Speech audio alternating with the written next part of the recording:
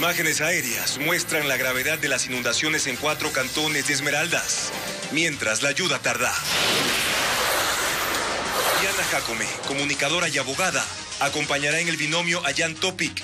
El movimiento Creo no presentará candidatos. El presidente Lasso pide de nuevo a los policías que usen sus armas contra los delincuentes. En Mapasingue, noroeste de Guayaquil, las bandas narcocriminales marcan casas y calles para delimitar su territorio. Bienvenidos a Televistazo Estelar en este martes 6 de junio. Seguimos pendientes de la situación en Esmeraldas tras la emergencia por las inundaciones.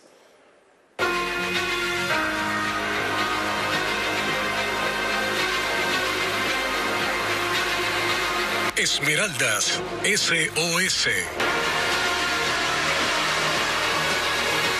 Los sectores de Esmeraldas que sufrieron el desbordamiento de 6 ríos están cubiertos de lodo. Fabiola Santana estuvo en un sobrevuelo y recorrió las zonas afectadas. Un sobrevuelo muestra la magnitud de la afectación en las zonas del sur de la capital de Esmeraldas, sobre todo los barrios 50 Casas, Propicia 4 y Tolita 1. El nivel del agua bajó, pero el lodo sigue en las calles y casas. Es retirado por la maquinaria y los habitantes. En el sector La Condesa, el muro de contención cedió ante el paso del río y en la cárcel de Esmeraldas la pared se derrumbó. Más al sur de la ciudad, en la parroquia Tabiazo, las plantaciones de palma africana quedaron destruidas y en Atacames, Camaroneras y barrios aún están inundados. En Súa, el rompeolas se perdió y con ello la playita, su principal atractivo turístico. Son parte de las afectaciones que se observan vía aérea con apoyo de un helicóptero de la Fuerza Naval de Esmeraldas. Más cerca, imágenes captadas con dron evidencian que la situación en los barrios aún es caótica. En la Tolita 1, los moradores aún trabajan para retirar el lodo. En las calles hay material y también hay viviendas derrumbadas. Una de ellas es la de Richard Ayoví. Su esposa y 3 hijos se mantienen en albergues mientras él cuida su terreno. Las historias como las de Richard se repiten. Todo se dañó, todo. La ayuda es inminente. Claro, la ayuda es necesaria.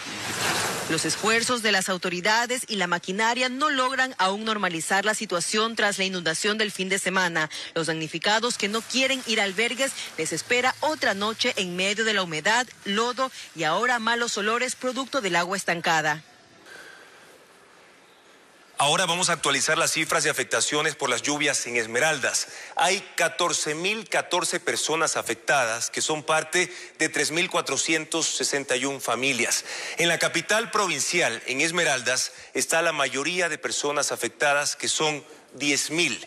Viviendas anegadas en ese cantón son 2.395 y 7 planteles educativos registran daños. Atacames es otra ciudad golpeada, un sitio turístico en Esmeraldas donde hay 2.334 personas afectadas, quienes conforman 586 familias.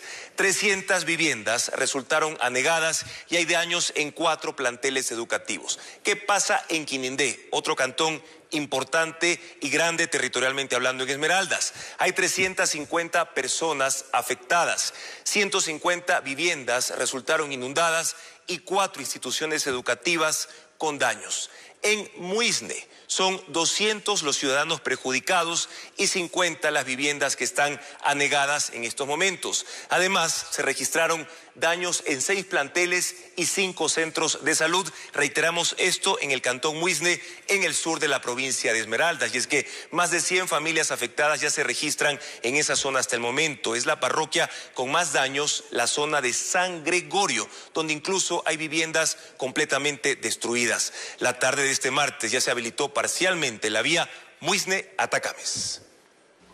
En Muisne, los portales de las viviendas son los albergues improvisados por los moradores de San Gregorio. En la junta parroquial ya no hay espacio y los afectados han preferido quedarse en sus casas, pese al riesgo, pues las lluvias continúan.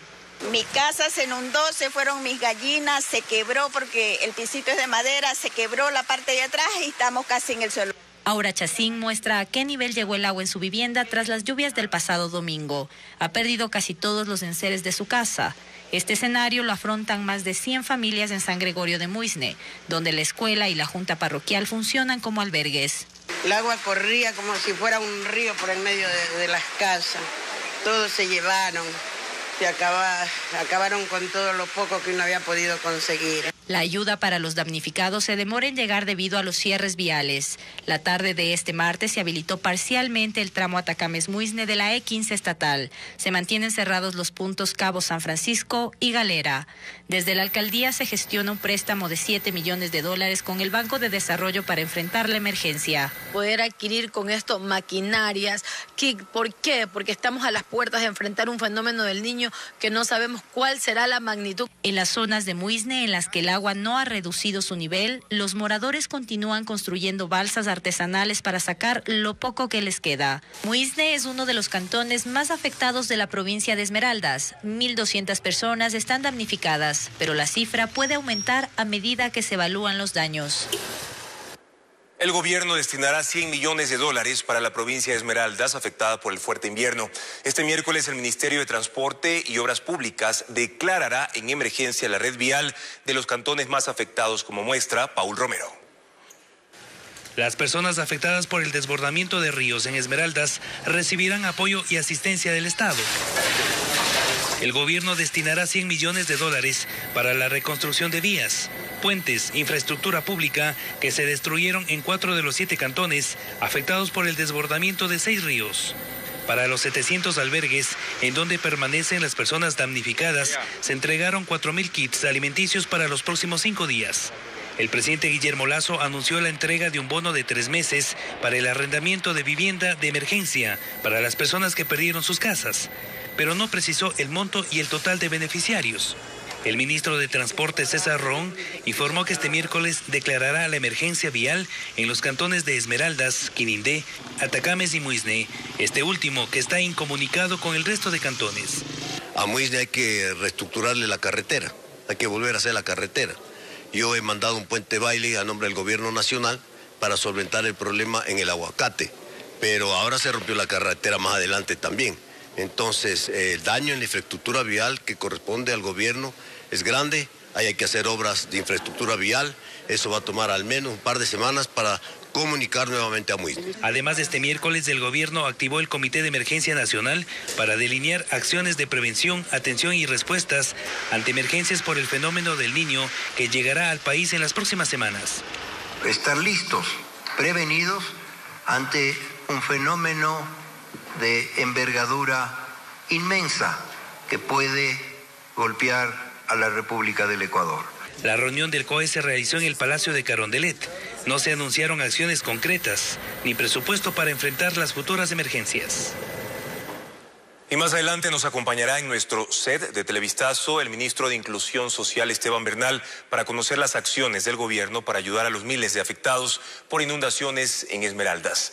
Cambiamos de tema ahora para contarles que de forma inédita en la policía ecuatoriana, el partido de gobierno decidió no participar en las elecciones presidenciales ni legislativas. Creo dejó en libertad a sus simpatizantes, mientras los socialcristianos anunciaron el nombre de una abogada y comunicadora como candidata a la vicepresidencia, con Jan Topic liderando el binomio. Informe Dan Higuera. A 7 días de que termine el plazo para la inscripción de candidaturas, los binomios y posiciones empiezan a definirse. El partido de gobierno Creo decidió no participar con candidatos en las elecciones, ni para la presidencia ni para asambleístas. Ha dejado en libertad a su militancia para que escoja los candidatos de la tendencia. Líneas rojas de aquellos que demuestran autoritarismo o aquellos que respetan la Constitución, en donde la última Asamblea Nacional fue una clara demostración de lo que no se debe hacer en el país en términos legislativos. El Partido Social Cristiano y su candidato Jan Topic anunciaron este martes el nombre de la abogada y periodista Diana Jácome como su binomio. Jácome terminó convirtiéndose en el reemplazo de Pedro José Freile en la carrera hacia la vicepresidencia. El mismo Topic hizo el anuncio en redes sociales. Las reacciones han sido diversas por parte de quienes relacionan a la candidata vicepresidencial con el correísmo por su experiencia laboral en algunas entidades en gobiernos anteriores. Con este son 3 los binomios anunciados. Se suman el de Fernando Villavicencio junto a Andrea González Nader y el único inscrito ante el Consejo Nacional Electoral, el de Daniel Noboa y su binomio Verónica Abad. Los plazos del cronograma electoral se acortan y aún hay partidos y movimientos sin candidatos y candidatos sin partidos políticos. Ante la Corte Constitucional, el gobierno defendió la potestad exclusiva del presidente Guillermo Lasso para determinar la urgencia económica de los decretos ley enviados luego de la muerte cruzada. Jacqueline Rodas con los detalles de la audiencia. El gobierno sigue a la espera del dictamen de la Corte Constitucional sobre los 2 decretos ley enviados por el presidente Guillermo Lasso luego de la muerte cruzada, uno tributario y otro sobre zonas francas. El primero se trató este martes en audiencia. Desde el Ejecutivo defendieron la competencia exclusiva del primer mandatario para elaborar proyectos económicos urgentes y solicitaron a los magistrados que no demoren su resolución. Se precisa dar un trámite más expedito posible para dar respuesta a problemas económicos que finalmente tienen que ver con la realización de derechos. Bajando impuestos estamos haciendo crecer la economía. Si ponemos más plata en el bolsillo de la gente, esa plata gira, genera crecimiento económico e inclusive se aumenta la recaudación. Pero terceros interesados le dijeron a la Corte que el decreto ley tributario no es urgente. Ninguna de las medidas justifica la urgencia, ya que los recursos recolectados por el Estado referentes a los periodos fiscales 2022 se encuentran en las arcas fiscales y el impuesto a la renta del 2023 se paga en el 2024. Por lo que no existe urgencia para la aprobación. El decreto ley tributario se presentó hace 20 días y el de zonas francas hace 2 semanas. Este último se analizará en audiencia el jueves. Sin embargo, aún es incierta la fecha en la que la Corte Constitucional emita su dictamen para que entren en vigencia. Se conoce que discuten el camino a seguir porque al tratarse de una situación inédita, el procedimiento no consta ni en la ley ni en el reglamento. Mientras tanto, se acorta el tiempo de Guillermo Lasso en el poder. Ahora lo más destacado de la información internacional que llega desde Ucrania. Andrea Báez con los detalles. Así es, una estratégica represa en el sur de Ucrania fue destruida esta madrugada en medio del conflicto con Rusia, dando paso a una gran inundación en zonas habitadas. Hay 40.000 personas en riesgo. Rusia y Ucrania se acusan mutuamente por este hecho. La destrucción de la represa de Kakhovka ha sido catalogada como el mayor ataque contra la infraestructura civil en Ucrania desde el inicio de la invasión rusa. Eran las 2 de la mañana cuando las instalaciones colapsaron aparentemente no por un bombardeo, sino por cargas explosivas instaladas previamente en el lugar. Algunas imágenes compartidas en redes sociales horas después de las primeras detonaciones mostraban las que serían otras minas estallando en el área. Como consecuencia, el agua fluye sin control provocando inundaciones. Y es que la represa de Kakhovka se ubica aguas abajo del río Dnipro que divide gran parte de Ucrania y avanza por el sur. El sistema de compuertas destruidas está justo en el límite de los territorios ocupados por Rusia. El otro lado lo controla Ucrania. En el trayecto a la ciudad de Jersón hay 24 poblaciones afectadas, otras 80 en riesgo y 40.000 personas están bajo alerta de evacuación por el incremento del nivel del río. Las familias han abandonado sus casas, muchos quizás no puedan regresar. El presidente de Ucrania, Volodymyr Zelensky, responsabiliza a Rusia. Todo el mundo debe saber de este crimen de guerra ruso, dijo esta mañana. El secretario general de Naciones Unidas, Antonio Guterres, calificó los daños causados como una catástrofe humanitaria, económica y ecológica monumental, cuyos efectos se verán con el tiempo.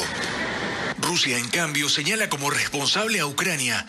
La acusan de sabotaje, pues desde la represa se abastece de agua a la península de Crimea, territorio invadido y anexado a Rusia en 2014. Pero esta misma represa fue blanco de otro atentado con explosivos a finales de 2022. En esa ocasión hubo un daño parcial, incomparable con el grado de destrucción y los devastadores efectos del colapso de hoy. Más adelante en Televistazo, habitantes de Mapasingue, en el noroeste de Guayaquil, están preocupados por las marcas que dejan bandas criminales en casas y calles. Y también el ministro de Inclusión indicará qué ha hecho el gobierno ante la emergencia que ha dejado daños en Esmeraldas. Sigan nuestra sintonía, ya regresamos. 960 profesionales se incorporan a la policía, que esta semana superará los 65.000 miembros. La nueva incorporación busca mejorar la capacidad de la entidad, ya que cuentan con títulos. Francisco Garcés con el informe. Son los 960 nuevos miembros de la Policía Nacional que pasaron por un proceso de capacitación acelerada. Esta incorporación tiene una particularidad. Todos son técnicos especialistas o profesionales. Unos con grados de policías de línea y otros de oficiales. Los profesionales están en una variedad de ramas. Abogados, médicos, enfermeros, laboratoristas, expertos en criminalística, comunicadores, entre otros. De acuerdo a su especialidad, serán ubicados en las dependencias correspondientes desde esta semana. Pero también tienen formación operativa para salir a las calles a acciones anticriminales.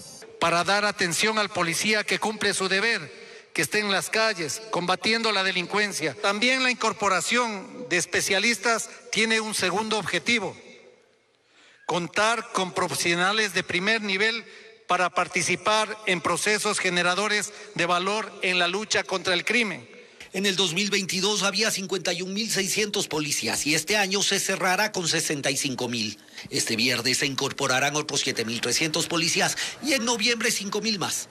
A la par, 2 procesos de capacitación se abrirán para 9.600 policías que se graduarán en el 2024. El plan del gobierno es llegar al 2025 con 80.000 agentes, objetivo que se cumplirá solo si el próximo gobierno que completará el periodo mantiene los procesos de incorporación.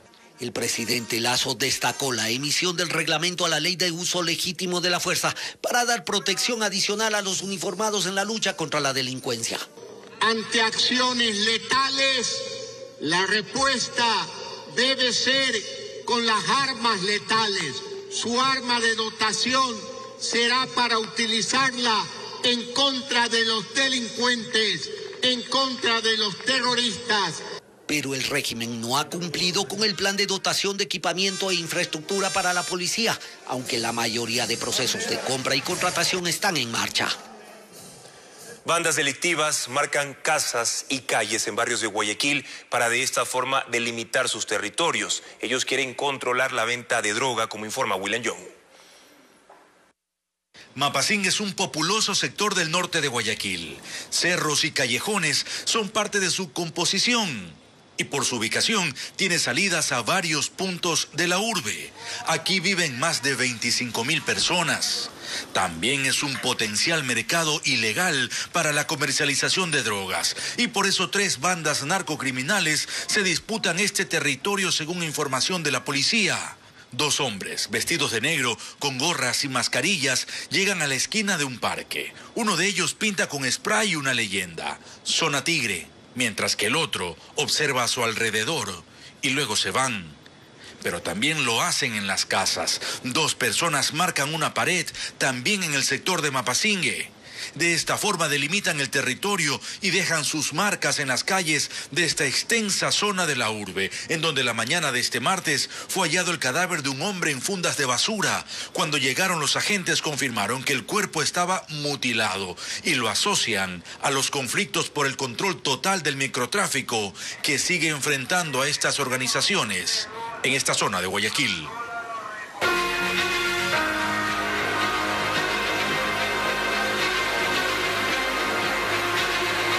Esmeraldas SOS.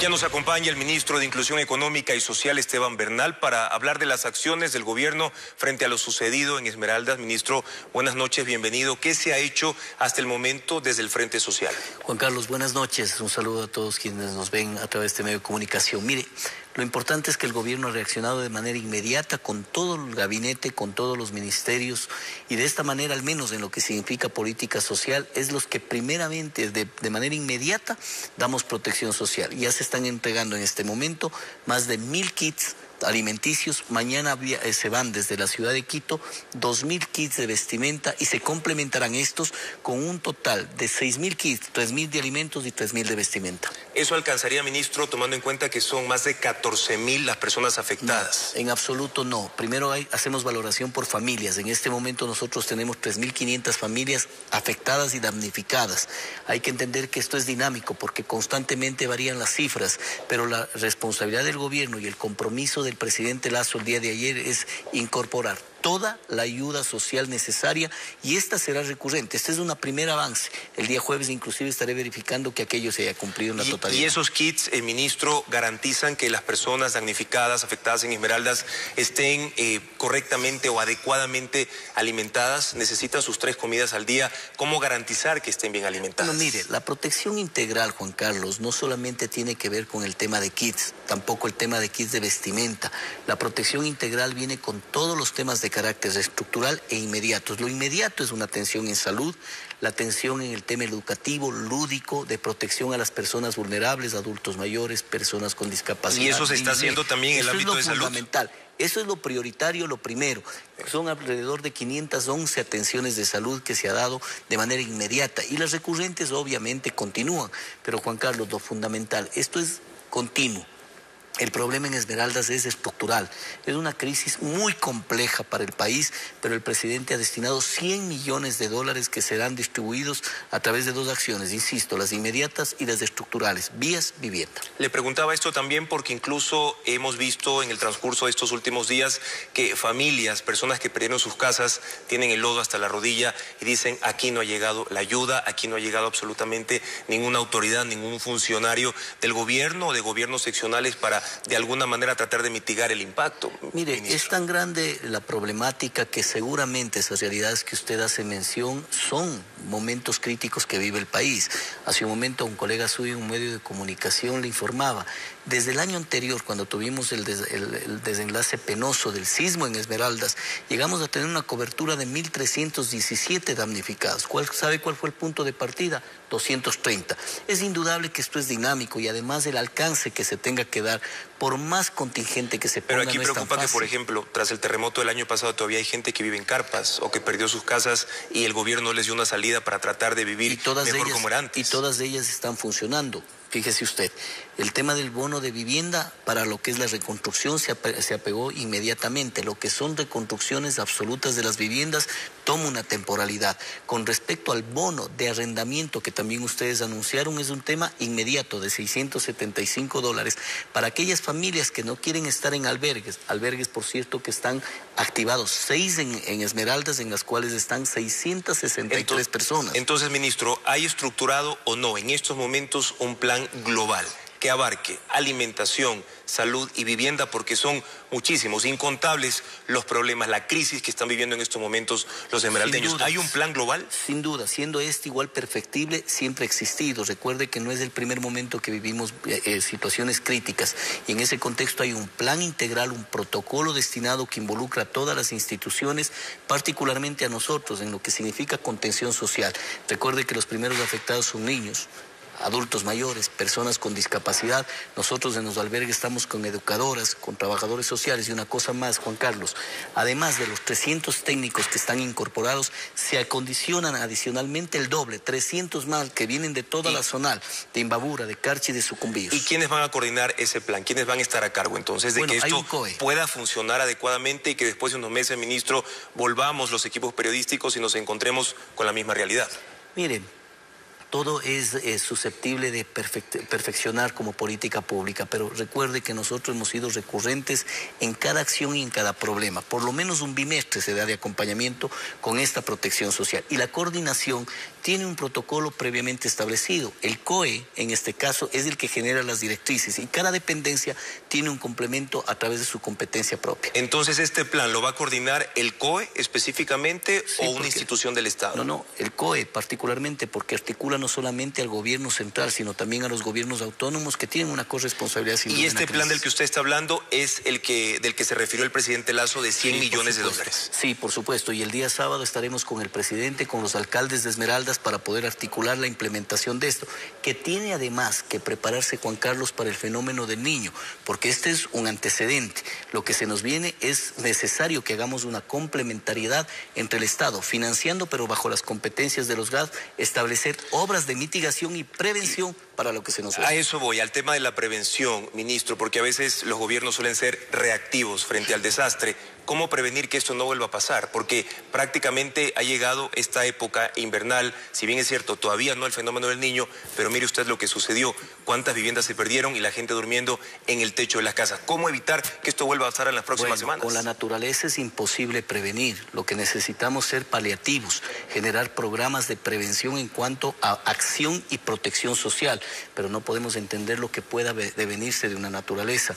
Con respecto a esto, es decir, que no está garantizado que vuelva a suceder. Mire, es que no podríamos garantizar si acaban de desbordar 6 ríos, Juan Carlos, en 4 cantones específicos en la provincia de Esmeraldas. La magnitud del hecho, recuerdo los informes que nos dieron, el promedio de una crisis 40 miligramos, subieron a 60 y luego este fue de 100 con respecto a la medición que tienen, que no tengo el tema técnico, pero mire usted lo grande que significa esto en la atención. Ahora, ministro, usted nos ha dicho que el presidente vuelve el sábado sí, a Esmeraldas. Vuelve con su gabinete, de hecho. Ok, él estuvo rápidamente ayer en Esmeraldas. ¿Qué va a hacer? ¿Cuál será la agenda del presidente? ¿Hará recorridos en los barrios afectados? Además de ello, particularizará el esfuerzo para que los 100 millones de dólares, la gran mayoría de ellos establecidos en coordinación con los GATS, vayan destinados no a la construcción de un parque, como uno de los alcaldes planteó ese día, sino a la construcción de muros de escollera, muros de contención. O sea, hará recorridos el presidente en las zonas afectadas. No sé exactamente si el recorrido se viabilice o no. Lo fundamental es de que se canalice los recursos en sitio de acuerdo a los programas priorizados por cada uno de los representantes, tanto del GAT como la prefecta Roberta Zambrano. Gracias al ministro Esteban Bernal de Inclusión Económica y Social por habernos acompañado y explicarnos las acciones del gobierno frente a lo que sucedió en los últimos días en Esmeraldas.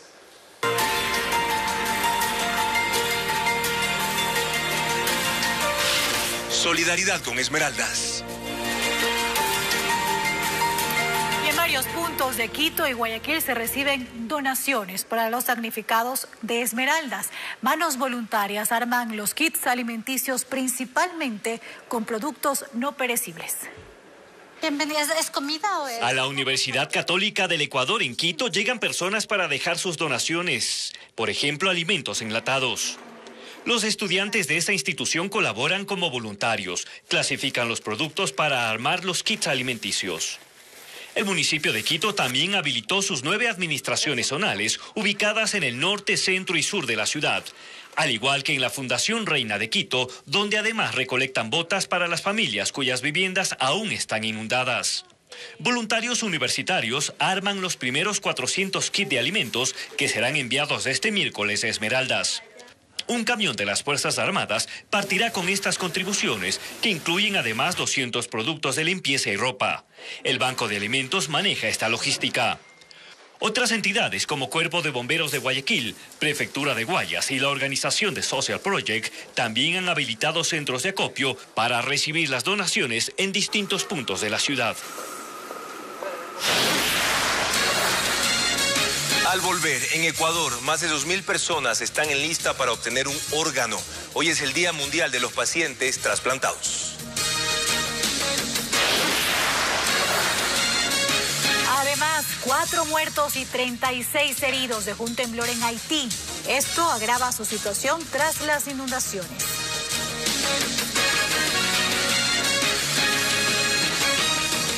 La justicia ratifica nuevamente la medida de prisión preventiva en contra del exdefensor del pueblo, Freddy Carrión. Un tribunal de la Corte Nacional de Justicia determinó que su detención fue legal y le negó el 5º habeas corpus presentado. Carrión fue condenado a 3 años de prisión por abuso sexual cometido en contra de una funcionaria pública, sentencia que tiene pendiente el recurso de casación. Él está preso en la cárcel 4 de Quito. La esposa de Carrión impulsa 3 denuncias en contra de la fiscal general del Estado, Diana Salazar, que busca sacarla del cargo por el presunto plagio de su tesis de grado. El periodista Guillermo Lizarzaburo fue sentenciado a 2 años de prisión, denunciado por el entonces legislador social cristiano Pablo Muentes, quien lo acusó de haberlo calumniado a través de Twitter. Guillermo Lizarzaburo es un periodista con una larga trayectoria en distintos medios de comunicación en Guayaquil. Actualmente dirige el portal Guayaquil News y el pasado 11 de mayo el juez de San Borondón, Carlos López Bulgarín, lo sentenció a 2 años de prisión por el delito de calumnia y al pago de $80.000 como reparación integral. La denuncia la realizó Pablo Muentes, quien hasta el 17 de mayo era legislador por el Partido Social Cristiano. Muentes denunció a Lizarzaburo acusándolo de haberlo calumniado en su cuenta de Twitter. El periodista lo niega. A mí me sentencian por unos tuits que no son míos. Y sostiene que es otra la razón por la que fue acusado. Denuncia que Elizar Saburo entiende como una persecución debido a un artículo que publicó en su portal. Yo solo dije y que Fausto Alarcón, que es la persona que está siendo cuestionada por otra persona a la cual le quitaron su tierra, o que él dice que le quitaron su tierra, es primo hermano de Pablo Muentes. Y que el proceso fue completamente irregular, dice, que nunca lo notificaron, que nunca se receptó su versión, que se enteró de que había sido sentenciado por casualidad, entre otras consideraciones. Lo primero que nos dice el abogado del Consejo de Comunicación que debió haber hecho el señor si se sentía afectado, era escribirnos y decirnos, señores, yo no estoy de acuerdo con eso, una réplica. La sentencia ya fue apelada. Paralelamente, establecieron contactos con organismos internacionales para que le den seguimiento a esto que consideran un atentado contra la libertad de expresión. Ecoavisa intentó contactar al ex legislador social cristiano Pablo Muentes para obtener su versión, pero no respondió. El perito argentino Roberto Mesa, quien está en Ecuador para la reconstrucción del desaparecido informe sobre el asesinato del general Jorge Gabela, fue convocado por la Fiscalía. Este martes rindió la ampliación de su versión en la investigación penal por la presunta ejecución extrajudicial del excomandante de la Fuerza Aérea Ecuatoriana, quien se opuso a la compra de los 7 helicópteros DRUF. Sin embargo, Mesa no pudo responder las preguntas sobre la desaparición y reconstrucción del informe porque tiene reservas, según lo que explicó su abogado. El mundo conmemora hoy el Día de los Pacientes Trasplantados. En Ecuador hay testimonios de personas que viven con órganos donados y también de familiares que lamentan la falta de una política de salud pública para pacientes todavía en lista de espera. En Ecuador sí hay una cultura de donación de órganos y células de personas vivas y de personas que fallecen. De hecho, tenemos la 7ª tasa de donantes reales por cada millón de habitantes en la lista de 15 países latinoamericanos y el Caribe. E inclusive hay más donantes de los que estamos trasplantando. Nuestra tasa de donación es 5.3 por millón y por año. Entonces, si hay donantes, ¿por qué hay 2,000 personas a la espera de la identificación y el trasplante? La respuesta pasa por recursos económicos y la falta de un plan. Un donante puede ser vivo o cadavérico. En ambos casos, para que el órgano, tejido o célula sea donado, debe tener una certificación médica. Requiere entonces la identificación. Si el órgano es compatible, el Instituto Nacional de Donación entrega aleatoriamente al paciente con mayor prioridad. Pero para garantizar la compatibilidad se deben realizar al menos 50 exámenes médicos. Todo se debe hacer en hospitales de especialidades con profesionales, en unidades de cuidados intensivos, para garantizar la vida del donante y del paciente.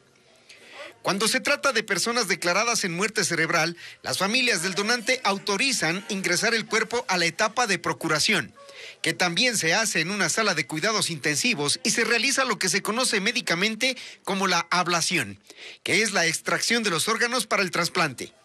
El procedimiento dura 8 horas y la complejidad depende del estado de salud del donante y el receptor. Son altos costos que agotan los presupuestos de los hospitales públicos. Un trasplante de riñón puede llegar a costar $55,000. Un trasplante de hígado entre 100 y 130,000. Esos son costos que no pagan los pacientes, asumen los hospitales públicos, por eso esos valores no se pueden sostener en el tiempo. Y lo que sucede es que en esos largos 3 o 4 años de espera, los pacientes fallecen. Marta, por ejemplo, perdió a su esposo hace poco y lamenta que esa angustia que queda en las familias de pacientes catastróficos no impulse una política de Estado. Nosotros, los familiares de los pacientes que han muerto esperando un trasplante, no nos cansaremos de denunciar, de exigir este derecho para los pacientes con enfermedades incurables. El Ministerio de Salud tiene delegado el manejo del tema al Instituto de Donación y Trasplantes. Le asigna $1,5 millones en su presupuesto. Alcanza para cubrir sueldos de 50 funcionarios y nada más. Ninguna entidad lleva un registro de los pacientes que mueren en la lista de espera. En el otro lado de esta realidad hay gente optimista como José Luis, un talentoso músico que es uno de los 2,000 que espera su segundo trasplante de córneas. El COVID lo atacó y su ceguera volvió. Mi organismo rechazó el tejido porque ya no tenía la fuerza inmunológica para poder compensar al tejido extraño dentro de mi cuerpo. Fátima Morales es una deportista multidisciplinaria, trasplantada, que motiva a la donación. Ella hace 10 años recibió un riñón cadavérico y tuvo su segunda oportunidad. En honor a esa persona que fue un angelito donante que yo le llamo, que decidió en vida ser donante y salvó no solo mi vida, sino la vida de alrededor de 8 personas. Porque nadie está exento de entrar a una lista de espera, en la cual la vida entra como a una especie de sorteo. La zozobra por un posible enfrentamiento entre bandas criminales provocó que decenas de locales comerciales en el Guasmo, en el sur de Guayaquil, decidieran cerrar. Informa Diego Cuenca. Son más de 400.000 habitantes que están aprendiendo a convivir con bandas narcocriminales en el Guasmo sur de Guayaquil. Y en esa nueva vida se han visto obligados a cerrar sus locales comerciales por temor a ser víctimas colaterales en los enfrentamientos de esos grupos delictivos. El último hecho de zozobra se intensificó la tarde de ese lunes, cuando decenas de negocios de al menos 60 cuadras tuvieron que finalizar su jornada de trabajo porque murió un integrante de la banda Los Lagartos que vivía en el sector. Y según la policía había riesgo de hechos violentos. La gente decía que iba a haber alguna balacera y ahí la gente no sale, se queda metida en la calle hasta la noche. Los locales afectados fueron los que se ubican en la avenida Abdón Calderón, por donde trasladaron el féretro con el cadáver de alias J, quien el sábado pasado fue asesinado a tiros en el suburbio.